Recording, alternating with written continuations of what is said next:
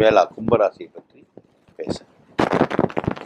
12 இருந்த 7.5 சனி இப்ப ஜென்மச்சனியாக மாறி இருக்கிறது கும்பராசி.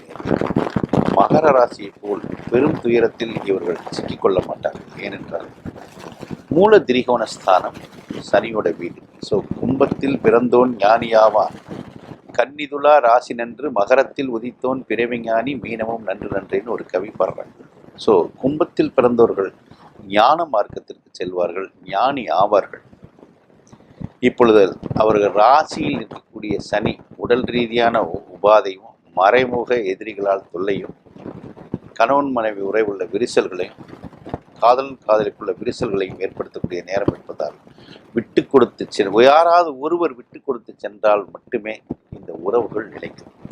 2ஆம் இடத்தில் இருக்கக்கூடிய ராகு வலது கண்ணில் புரை நோயை கொடுப்பார். வயது சிறு குழந்தைகள் தேவையில்லாமல் இப்போ நிறைய மொபைலை பார்த்துட்டு இருக்காங்க.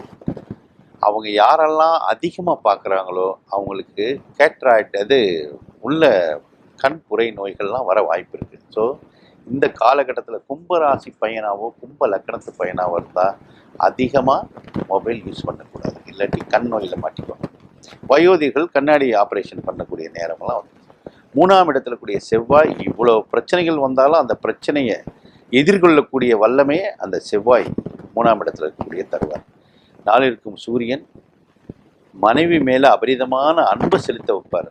ஆனால் மனைவி உங்கள் மேலே அப்படி அன்பு செலுத்துவாங்களான்னு சொல்ல முடியாது. கும்பலக்கண கும்பராசி நேயர்கள் மனைவி மேலே ரொம்ப அன்பாக இருப்பாங்க இந்த நேரத்தில். ஆனால் மனைவி அவங்க மேலே திருப்பி அந்த அன்பை செலுத்துவாங்களான்னு சொல்ல முடியாது. அதற்காக விட்டு கொடுத்து போங்க. பஞ்சமஸ்தானத்தில் இருக்கக்கூடிய சுக்கிரன் புதன் சேர்க்கை எத்தனை விதமான தோஷங்கள் இருந்தாலும் அத்தனை தோஷத்தும் புத சுக்கிரன் ஒன்று சேர்க்கை வந்து மாற்றி அமைக்கும். ஸோ அந்த நிலையிலேருந்து வெளியே வந்துடுவீங்க. நேர் 7 இருக்கக்கூடிய சூரியன் பஞ்சமஸ்தானத்தில் இருக்காரு. அவர் தன் 3ஆம் பார்வையாக பார்க்குறாரு. மனைவிக்கு சிறு நோய்கள் தோன்றும், மறையும். 8ஆம் இடத்தில் இருக்கக்கூடிய கேது வந்து வரவு செலவு ஸ்தானத்தில் பிரச்சனையை உண்டு பண்ணி செக் மோசடி வழக்குகளில் போய் சிக்க வச்சுருவார். ஸோ நீங்கள் செக் கொடுக்குறதோ மற்றவங்களுக்கு ஜாமீன் போடுறதோ இந்த காலத்தில் போட்டிங்கன்னா அது கிட்டத்தட்ட இன்னும் ஒரு 5 வருஷத்துக்கு அந்த தொல்லையை நீங்கள் அனுபவிக்க வேண்டியது. ஸோ ரொம்ப ஜாக்கிரதையாக பிறருக்கு உதவி செய்கிறேங்கிற போய் உபத்திரத்தில் மாட்டிக்க நேரம் தான் கும்பராசி நேயர்கள். கும்பராசி நேயர்கள் தொழில் ரீதியான பின்னடைவை ரொம்ப அடைவாங்க, தொழில் ரீதியான தொல்லையும் நிறைய அடைவாங்க. தேவையில்லாத பிரச்சனைகளில் ஸ்டேஷனுக்கு போகிறது, கோர்ட்டுக்கு போகிறதெல்லாம் வந்துடும். ஸோ செக்கு ஜாக்கிரதையாக கொடுங்க, யாருக்கும் ஜாமீன் போடாதீங்க, பெரிய லெவலில் லோன் வாங்காதீங்க. இப்போ போய் நான் வீடு கட்டுறேன், கும்பராசி நேயர்கள் நான் 50 லட்ச ரூபாய்க்கு வீடு வாங்குறேன், அதை வாங்குறேன்னு சொல்லிட்டு போய் பேசிக்கிட்டிங்கன்னா திருப்பி கட்ட முடியாமல் கஷ்டப்படுவேன். கும்பத்திற்கு வந்து 3 செவ்வாய் பலம் பொருந்தி இருக்கனால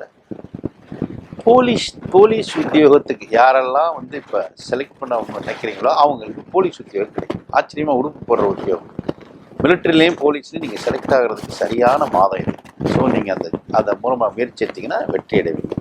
மற்றபடி சனி வெள்ளி இரவு தலையணையில் எள்ளு வைத்து கருப்பு எள்ளு வைத்து கருப்பு வைத்து சனிக்கிழமை அதை தீபமாக நல்லெண்ணெய் தீபமாக போட்டிங்கன்னா மழை வரும் நேரத்தில் குடை கிடைப்பது போல் இந்த சனியின் தொந்தரவிலிருந்து சற்றே இளைப்பாறுவீர்கள்.